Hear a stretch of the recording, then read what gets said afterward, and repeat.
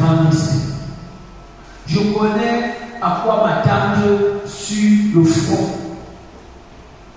Je sais tous les obstacles qu'un gazoduc peut traverser. Et je vous parlais tout à l'heure des parties prenantes. Comment gérer les différentes parties prenantes. Un gazoduc doit traverser tout un espace linéaire. Et chaque espace linéaire appartient à une communauté, à un acteur. Si ce n'est pas des populations, ça peut être des élites du village. Si ce n'est pas une élite, ça peut être une réserve faunique. Ça peut être une réserve floristique. Ça peut être une route nationale. Domaine national. Tous ces acteurs-là sont les gens que vous devez gérer pour faire passer ce projet. Comment vous pouvez avoir la suite de gérer ces gens si vous n'avez pas fait des projets similaires? Pour ajouter de l'eau à votre problème, moi j'ai beaucoup plus travaillé dans les projets communautaires. Mais il y a ce qu'on appelle l'engagement communautaire. On ne fait pas de projet sans initier l'engagement communautaire ou le plaidoyer. Ça veut dire qu'on rencontre toutes les parties prenantes et on les implique dans la mise en œuvre ou dans les préparatifs afin qu'ils donnent leur apport pour continuer la mise en œuvre. Monsieur Abel, vous avez cette intervention. Ok. C'est débat. Ok. J'espère que vous avez compris. On ne commence pas un projet sans engager les parties prenantes. Ça fait partie de la procédure d'élaboration d'une étude d'impact détaillée. Le détail commence par ce qu'on appelle les enquêtes publiques. C'est une étape qui consiste à recueillir les avis, les doléances, les préoccupations de toutes les parties prenantes avant que l'étude d'impact ne commence. Et cette étape est gérée par le MIMIT et non par le militaire. L'enquête publique est gérée par le MIMIT. La consultation publique et l'audit public sont gérés par le MINER. Alors, ici, vous avez constaté sur cette diapositive les conséquences des interventions SAFE2. Si vous ne faites pas une étude, c'est comme j'ai montré tout à l'heure sur les images, il y aura une perte de la diversité biologique, dégradation des sols, une perte de la fertilité des sols, développement des productions diverses, bouleversements sociaux, économiques et culturels, perturbations hydrologiques. Je m'arrête là pour vous dire, chaque communauté a ses réalités, a ses us et ses coutumes. Lorsqu'on arrive, je parlerai ici plus des grass-foods. On ne s'amuse pas avec les dog butcheries. On ne s'amuse pas avec les crânes. Vous ne pouvez pas venir, on vous vend un terrain où on a peut-être enterré les aïeux de certaines personnes. Mais il peut arriver que le projet doit passer par là. On vous dit, le projet, on a tout réfléchi, mais le projet doit toucher un peu votre espace funèbre. Mais qu'est-ce qu'on fait? Il y a des us et des coutumes à mener là pour que le projet puisse passer. Sans vous donner la il y a rien d'impossible, mais il suffit d'avoir une entente mutuelle entre les différentes parties. Actuellement, pour l'écrire, il y a des espaces qui ont été retirés, qui ont été déclarés d'utilité publique, les DUP. Ce sont des villages déjà. Qu'est-ce qu'on fait? Ils vont se déplacer, mais on va les accompagner pour qu'ils puissent se déplacer. Ça va de soi. On ne peut pas faire les omelets sans casser les œufs. C'est comme ça. Par contre, voilà l'importance. En faisant une étude d'impact, on prend encore les aspects environnementaux, les politiques, on réduit les impacts négatifs, on propose des mesures d'atténuation, les mesures d'élimination et les mesures de compensation. On analyse les coûts et les bénéfices ceci dans le PGS. C'est le PGS qui vous permet à la fin de savoir si ce projet mérite d'être vraiment implémenté ou pas. Il y a les PGS où, quand vous regardez le coût total de mise en œuvre de ces mesures, vous comprenez que vous n'avez pas d'argent. Vous avez 120 millions de francs CFA. Vous voulez implémenter un projet sur 1 hectare dans un milieu improvisé, c'est-à-dire les populations vivent de part et d'autre de votre espace. Mais les mesures seulement, les mesures sociales, les mesures d'accompagnement, on vous dit, vous devez accompagner la chefferie avec la construction peut-être du cadre communautaire. Vous devez peut-être aménager la voirie principale. Vous devez construire peut-être 2 forages. Vous avez 120 millions, 20 millions qui sont déjà sur ça.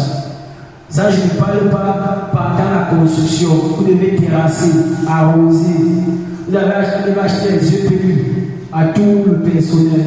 Vous devez faire peut-être à chaque 6 mois ou 3 mois faire des analyses d'eau, d'air et de sol pour se rassurer que le sol ou l'eau, surtout l'eau, parce que si vous êtes en amont, en aval, les populations sont en train de consommer cette eau, soit pour la lessive, soit pour les travaux champêtres. Vous devez vous assurer que votre eau n'est pas polluée en aval.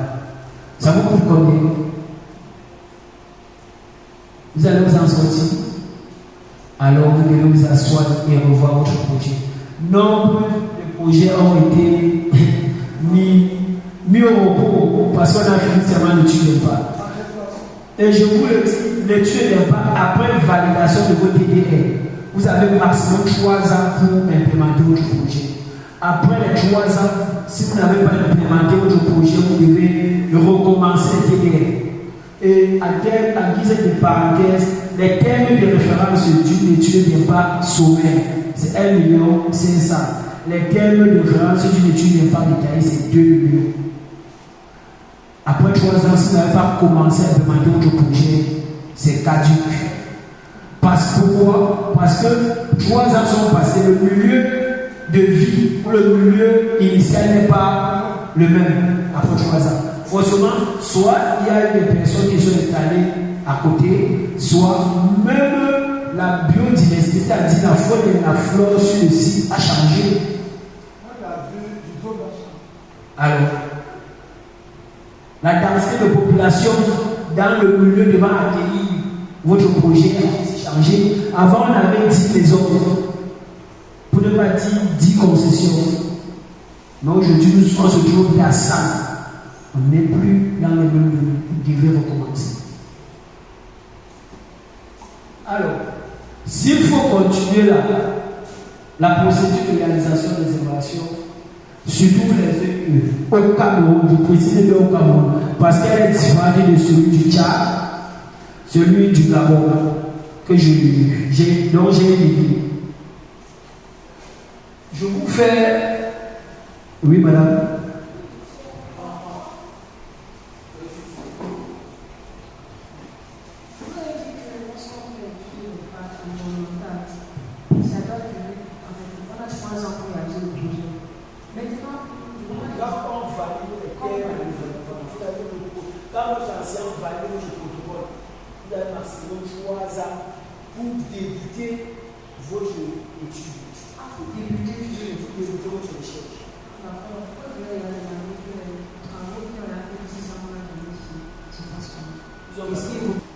Technique du processus administratif de l'élaboration d'une étude d'impact sommaire. Après, on reviendra à celui qui détaille. Je dis au départ, pour ceux qui ne voient pas, c'est écrit projet public ou bien privé. Public veut dire c'est pour l'État. Ça peut être une roue, ça peut être. Tous les projets sont soumis à l'évaluation environnementale. Que vous soyez du public, que ce soit du privé, vous devez toujours faire appel à un bureau d'études. Et les bureaux d'études chargés de faire les études d'impact ont un agrément. Vous ne pouvez pas vous lever le faire, non. il y a un agrément que vous devez construire aussi pour que le ministère vous délivre un agrément. Ce n'est pas le hasard.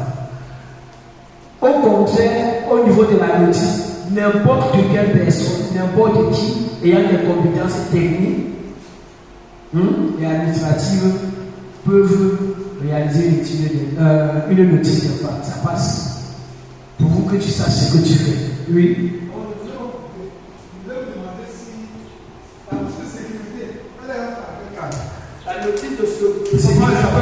La notice de sécurité fait partie de ce qu'on appelle les plans d'urgence. Ce sont des documents, ce sont des études réservées aux projets soumis à l'étude, les projets soumis à la notice d'impact. Si vous faites une notice, vous devez faire un plan d'urgence. Et dans le plan d'urgence, il y a plusieurs notices de sécurité. C'est la somme de plusieurs notices de sécurité qui donne un plan d'urgence. Par contre, si vous faites une étude d'impact, vous devez faire ce qu'on appelle une étude de danger, EDD. L'EDD est géré par le MIMI. Je me reçois. La notice est gérée par la mairie. Le plan d'urgence est géré par le MIMI. L'étude d'impact est gérée par le ministère. L'audit est géré par le ministère. L'évaluation environnementale stratégique est gérée par le ministère. Mais l'étude des dangers pour les trois sont gérées uniquement par le ministère. Je l'ai dit parce que généralement dans nos dossiers, les procédures d'obtention du permis de bâtir, qui fait souvent l'objet de rejet ou d'approbation. J'ai souvent observé les sapeurs-pompiers. Les sapeurs-pompiers en chez ils viennent faire quoi? Les sapeurs-pompiers viennent chez vous. Oui. Ce que les sapeurs-pompiers viennent chez vous, c'est pour former. Normalement, les sapeurs-pompiers ont pour rôle de former le personnel d'une entreprise sur les gestes de suivi. S'il y a un incendie, comment se comporter dans l'entreprise. Connaître l'utilisation des instincteurs, c'est leur travail. Les premiers secours, c'est les sapeurs-pompiers. Alors, c'est pour ça que nous recommandons dans les plans de gestion environnementaux et sociaux, surtout la formation du personnel sur les premiers secours. Automatiquement, ça peut arriver, comme on est en salle, comme nous sommes là. Une personne vous tombe. Qu'est-ce qu'on fait? Si vous n'avez pas suivi une formation, qu'est-ce que vous faites? On va perdre cette personne. C'est tout. Les sapeurs-pompiers sont là pour vous former. C'est leur rôle. Donc, je disais que ce soit un projet public ou privé, capable de porter des atteintes considérables à l'environnement. Vous devez consulter ceci. Le tri pour la classification par l'arrêté 001 du 8 février 2016 fixant les catégories d'opérations dont la réalisation est soumise à une évaluation environnementale stratégique ou à une étude d'impact environnemental et social. Ce n'est pas l'individu que je suis. Ce n'est pas vous qui décidez quel type de projet ou quel autre est soumis à une étude d'impact sommaire ou à une étude d'impact détaillée, sinon à une évaluation environnementale stratégique. Ce n'est pas vous, mais c'est cet arrêté-ci. Dedans, tout est classifié. C'est un norme standard. Et je peux vous dire que tous les projets ne sont pas toujours inclus. Il y aura des projets que vous allez rencontrer dans la réalité, mais qui ne seront pas cités. C'est à vous de créer la similitude pour savoir si c'est une notice, si c'est une étude d'impact sommaire, détaillée ou bien stratégique. C'est ça. Je ne peux pas entrer dans les invite à le consulter. Alors, lorsque je constate qu'il s'agit d'une évaluation, je dis environnementale, d'une étude d'impact sommaire. On est d'accord? D'une évaluation environnementale, d'une étude d'impact environnemental sommaire, Moi, je me trouve à détailler là, non? Oui, sauveur. Là, cette case, c'est que à partir de ce document, j'ai constaté qu'il s'agit d'une étude d'impact sommaire. C'est là. Qu'est-ce que je dois faire? Je dois aller regarder ce décret. Dans ce décret, on donne le canevas. Je vous ai dit rien au hasard. Si vous êtes un juriste, vous êtes capable de vous concentrer rien que sur le volet juridique des évaluations de l'environnement en général. Lorsqu'on parle d'évaluation environnementale, vous êtes capable de sortir les conventions, les déclarations, les lois, les décrets, les arrêtés. Vous devez être capable de sortir ça. Concernant un domaine bien précis qui est celui des études d'impact. Là, il s'agit du décret qui fixe les modalités de réalisation des études d'impact en général. Lorsque vous avez ça, à l'intérieur, on va vous expliquer qu'est-ce qu'il faut rédiger, qu'est-ce qu'il faut faire. Vous allez dire c'est simple. C'est écrit de la manière la plus simple à comprendre. Ça, je vous le dis parce que j'y suis entré. Et j'ai pris le temps de prendre connaissance.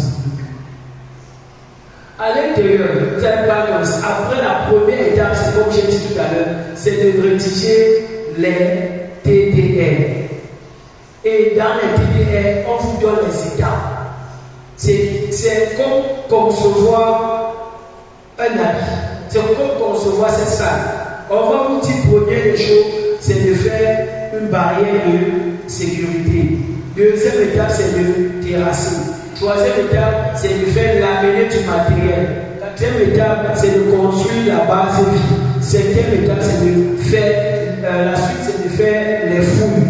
Les fouilles, il faut poser les poteaux de soutien. Ensuite, il faut faire la formulation des contours. Et ensuite, il faut lever les bulles, etc.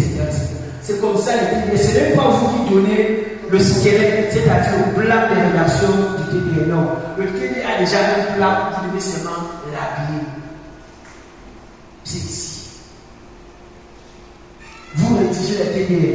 Quand vous rédigez les TDR, pour le déposer au niveau du ministère de l'Environnement, vous devez rédiger une demande. C'est ce qu'on appelle une lettre de transmission des TDR. C'est une lettre qui est connue de tous.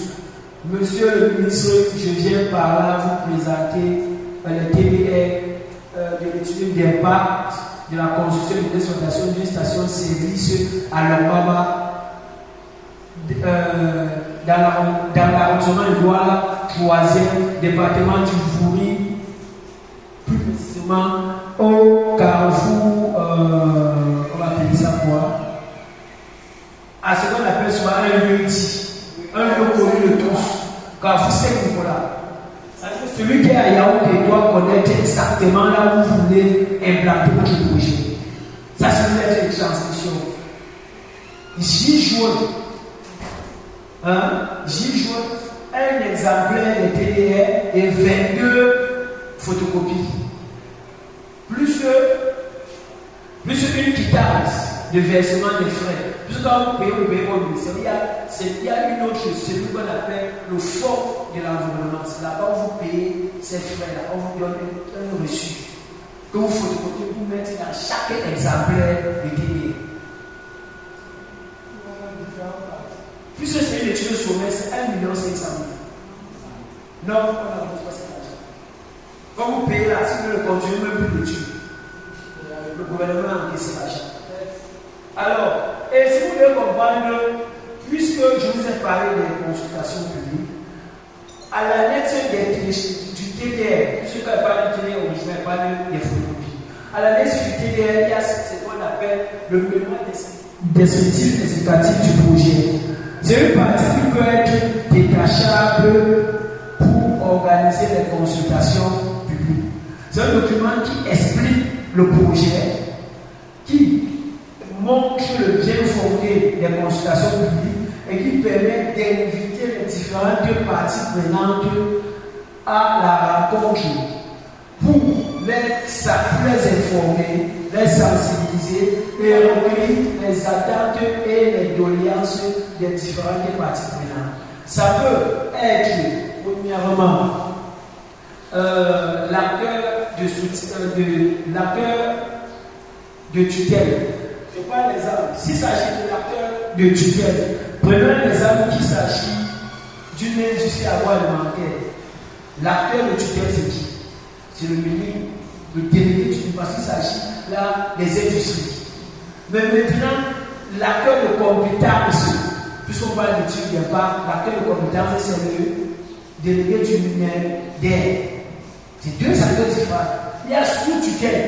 Ça veut dire que si en face, j'ai peut-être une école, une institution qu'on va construire, une institution supérieure, mon acteur de compétence, mon acteur sous-tutelle, c'est qui?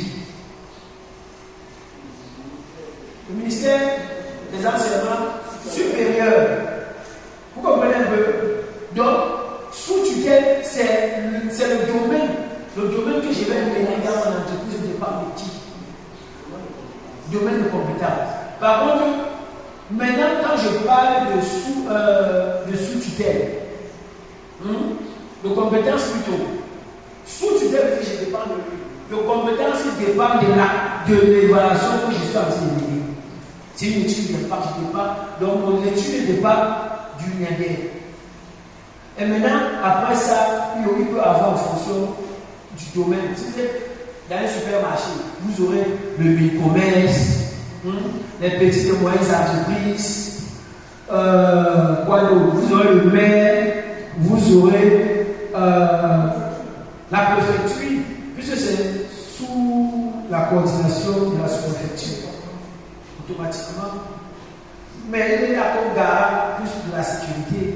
Mais quand on parle de technique, la sous-préfecture n'a pas à parler. C'est clair. Et il y a le chef du quartier ou le chef du village où le projet va être implémenté, accompagné de ses notables et de la population, sans oublier les élus. Et toute personne ayant idée de ce qui va se passer et qui souhaite aussi donner son mot. En comptant, je voulais ajouter quelque chose, on n'oublie même pas les influenceurs. Tous sont invités, les associations, les ONG, toutes sont invitées. Parce que c'est une réunion où on vous présente le projet, on vous présente les impacts positifs, les impacts négatifs, on vous propose les mesures de bonification pour rendre plus beau, plus grave l'impact positif et les mesures d'atténuation, d'élimination, de compensation pour les impacts négatifs.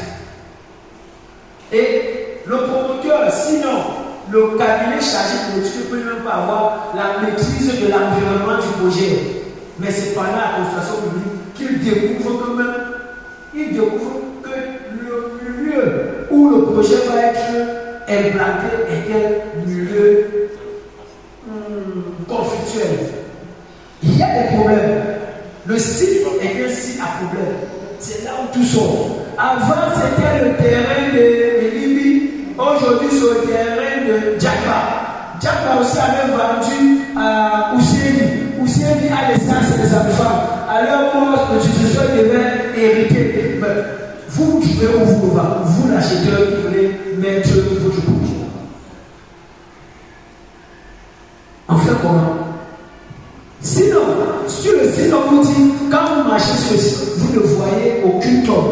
Mais on vous dit sur le site, il y a des tombes. Ils sont capables d'aller vous montrer là où il y avait les tombes. C'est même qu'on a détruit les tombes avant le temps. Vous, le promoteur, qu'est-ce que vous faites? C'est là où la consultation du parti prenant trouve son sens. Sinon, on vous dit, vous allez installer votre entreprise ici. Vous allez employer les jeunes. Mais quels jeunes? Les jeunes de notre localité ou les jeunes d'ailleurs? Qu'est-ce que vous faites? Quelle est la procédure de recrutement dans votre entreprise? Quels sont les profils professionnels dont vous avez besoin? Si possible, nous, on a ressources humaines sur le site. Voilà des questions centrales qui peuvent permettre qu'une consultation publique soit vivante et trouver son sens. Alors, ça c'était pour dire, c'est l'objectif du projet qui permet d'inviter tous les acteurs.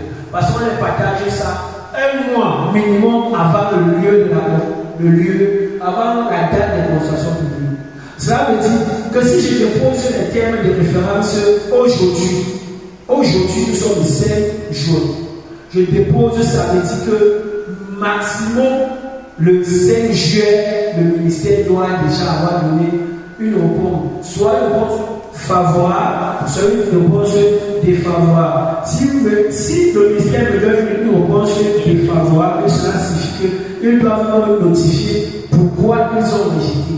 Et je dois aller corriger et revenir déposer encore en 23 exemplaires, une version originale de 22 exemplaires photocopiés.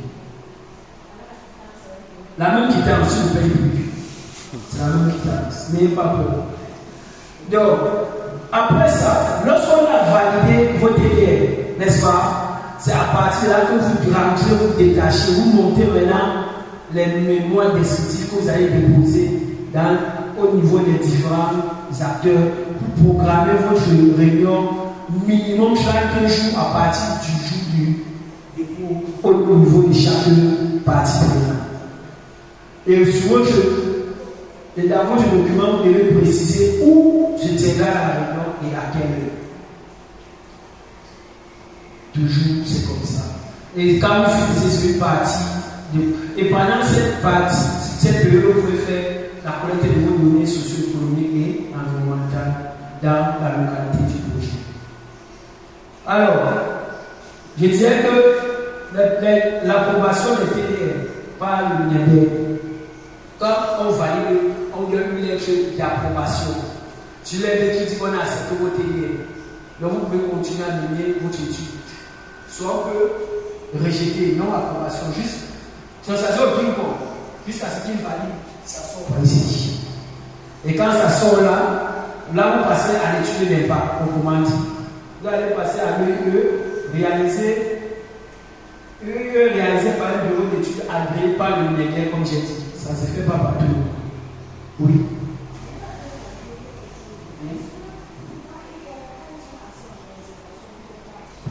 Moi, le bureau d'études, je suis comme l'avocat du promoteur. Le promoteur là, le bureau d'études là.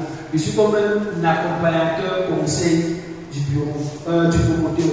Parce que quand on parle des impacts, c'est moi qui mène les études. Si on dit que comment allez-vous gérer les impacts causés par les particules poussières, c'est à moi de répondre en disant qu'à chaque phase qui pouvant causer l'impact sur l'air, nous allons passer à l'arrosage. Je suis son conseil.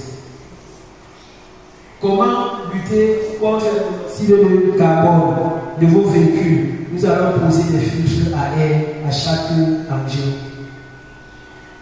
Comment allez-vous gérer les eaux usées issues de vos activités en entreprise? Nous allons installer des décantateurs séparateurs permettant de séparer d'abord l'huile de l'eau et de traiter la partie huile avant d'être déversée dans l'environnement. Là, le traitement encore, c'est une autre procédure en fonction des activités que mène l'entreprise, en fonction des polluants présents dans cette eau-là. Nous sommes des accompagnateurs conseillers du promoteur. Nous sommes à cheval entre eux. Nous sommes en même temps celui qui défend le promoteur, en même temps nous sommes celui de ceux qui voudront que l'environnement soit protégé. C'est d'abord nous qui devons protéger l'environnement.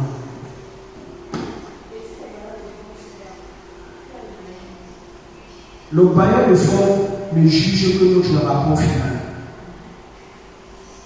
Il est là comme observateur, s'il veut être, mais il ne juge que le contenu du fond et de la forme de notre rapport final. S'il y a des corrections à faire, ça nous de relever et de nous rappeler qu'on comprenne cela. Sinon, de mieux les expliquer. Il y a une politique que le bail de fonds est plus bon que nous. Le bail de fonds, c'est vous et moi. On peut vous recruter des membres comme un spécialiste chez le bail de fonds. Ça peut arriver. Alors, je disais qu'il faut un bureau d'études à créer. Il faut réaliser la constatation publique comme je viens d'expliquer.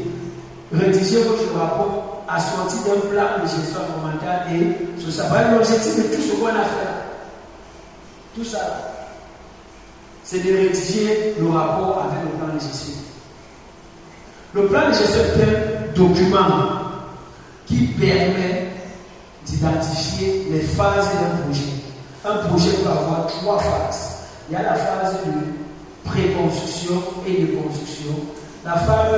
Ces 2 phases vont se ensemble. Donc, ceux qui parlent de 4 phases parlent de pré-construction, à part de construction, d'exploitation et de démantèlement.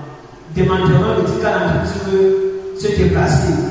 Le déménagement, c'est ce qu'on appelle le démantèlement. Ça, quand on parle de 4 phases. Quand on parle de 3 phases, on mélange construction et pré-construction. Les deux vont de pair. Après, il y a la phase d'exploitation et la phase de démantèlement. Alors, oui.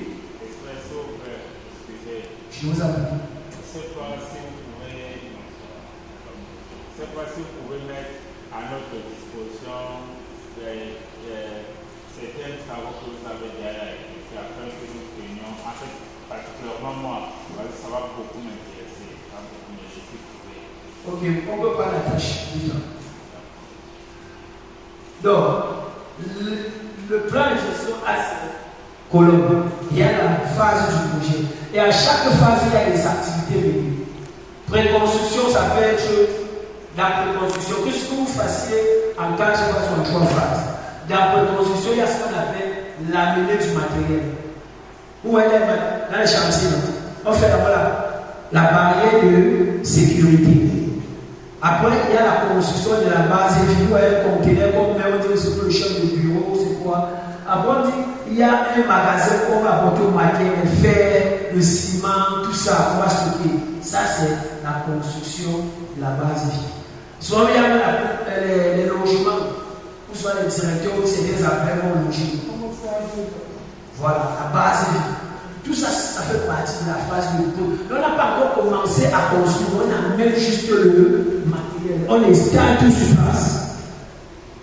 Comme on dit construction, et tout ça, ça s'écrit l'amener du matériel. Dans l'amener du matériel, qu'est-ce qui peut être impacté? Les engins, si ça se lance, il y aura la poussière. Pollution de l'air, pollution de l'eau. Accident de travail.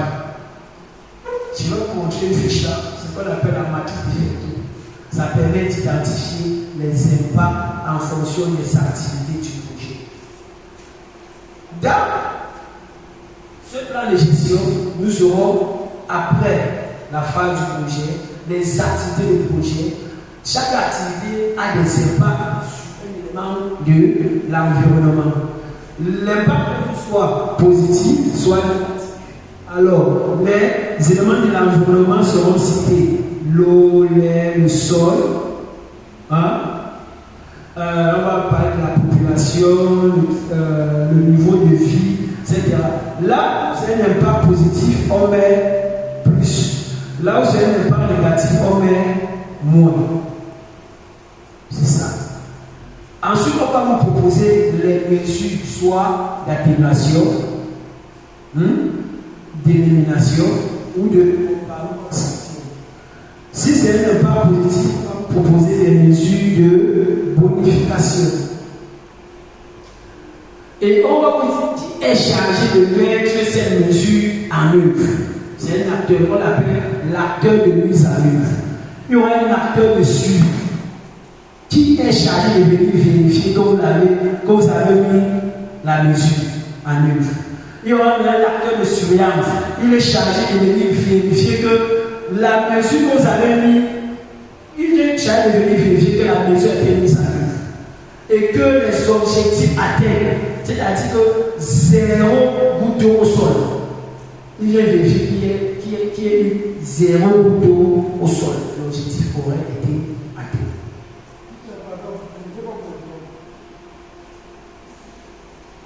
Si tu n'as